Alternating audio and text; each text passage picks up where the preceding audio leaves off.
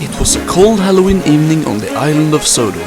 The rain fell heavily and leaves were blowing everywhere. Sometimes this type of weather makes work more difficult. At Knapford Harbour, the engines and people were unloading goods and preparing the flying kipper for Manchester on the mainland. When Henry arrived at the docks, Oliver and Toad were there too. "Hello, Henry. Going to the mainland?" said Oliver. "Yes, to Manchester. Why?" "Be careful out there, especially on a night like this." "Why this night of all nights?" "Well, it's Halloween after all. There may be diesels who see their chances of kidnapping a poor old steam engine, whether it's just for fun or that they might want to scrap you." "Rubbish," said Henry. "They wouldn't dare to pick on a big and strong engine like me." "Well, do be careful, Mr. Henry," said Toad. "We've actually seen a lot during our last time on the mainland." But Henry just snorted. The final boxes of fish were now loaded into his vans and he was ready to leave.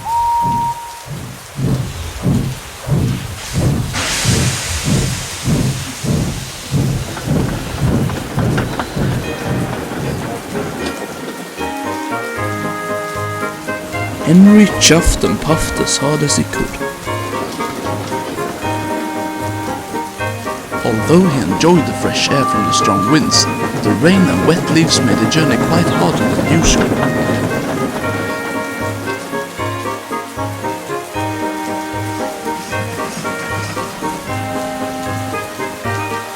He finally reached the mainland. He whistled at some diesels who tooted back. "Scary diesels, what nonsense," he puffed. Henry arrived at the yard near the centre of Manchester, where he left the trucks for another engine to collect the following morning. He then went to find a water tower and a coaling plant to refill for his trip back to Sodor.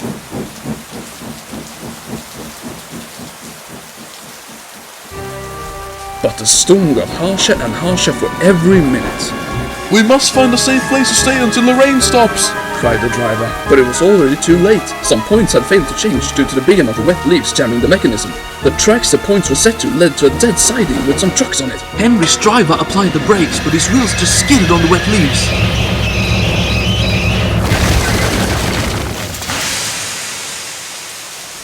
No one was hurt, but Henry had crashed right into the train in front of him, and his brakes had taken a bit of a wear and tear after the hard and slippery braking, not to mention that he barely had any coal left. The driver and fireman rushed away to get help, and Henry was left alone in the cold rain. But not for long. Suddenly, he soon heard something coming towards him, and there was two diesels. "Well, what do we have here?" said the first one. "A worn-out steam engine in the middle of nowhere, along with some wrecked trucks," the other one said. "What should we do with them?" "Well, according to my driver, we should go back to Newtony Depot via the smelters." Now Henry was very scared, but there was nothing he could do. His crew had disappeared and he wasn't fit to run by himself anymore.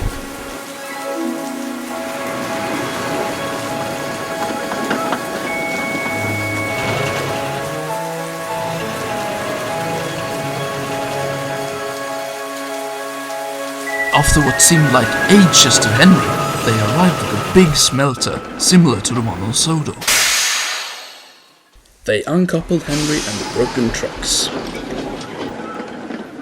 The diesel at the back then buffeted up him and said, "Damn, move on! The coal might be hungry!"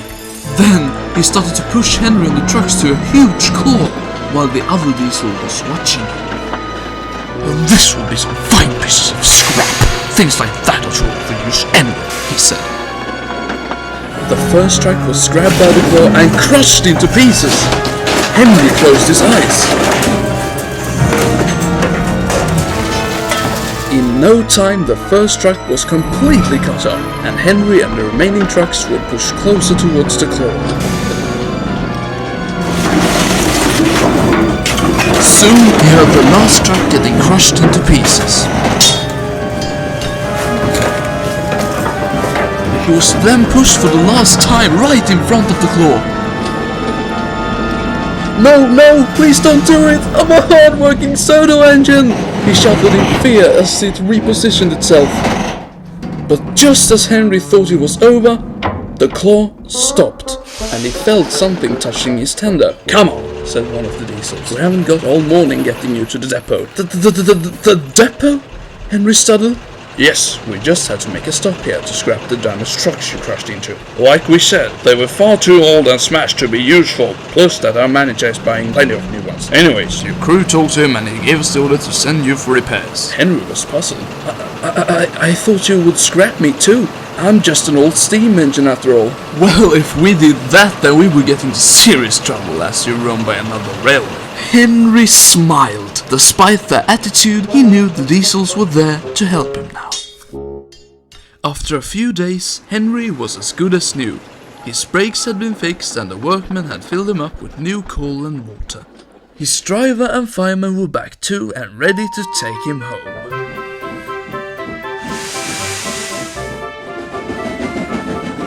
And later, when they returned home to Tinmouth Sheds, all the engines were eager to hear about Henry's adventure, especially Oliver and Toad the brakeman. Luckily, everything ended well, although those diesels were very intimidating. "Just as we tried to tell you, Mr. Henry," smiled Toad. "Yeah, I've definitely learned my lesson to be more careful, even when there's less to worry about," said Henry happily. "By the way, does the Fat Controller know about this?" "Indeed he does," chuckled Oliver. "But not until you left the maintenance depot. The manager over there tried to call him when you were being repaired, but couldn't reach him as the telephone lines were mended after the storm broke them, and with no information about your whereabouts, I considered using Harold the helicopter to go looking for you. But Harold was out inspecting the island after the storm, and when he finally was available, I did receive a phone call from the manager who told me everything." "Wow, what a process," cried Henry. "I'm sorry I made you so worried, sir." The Fat Controller smiled. "Don't worry, Henry. I'm just glad that you're home safe and well." And Henry just beamed.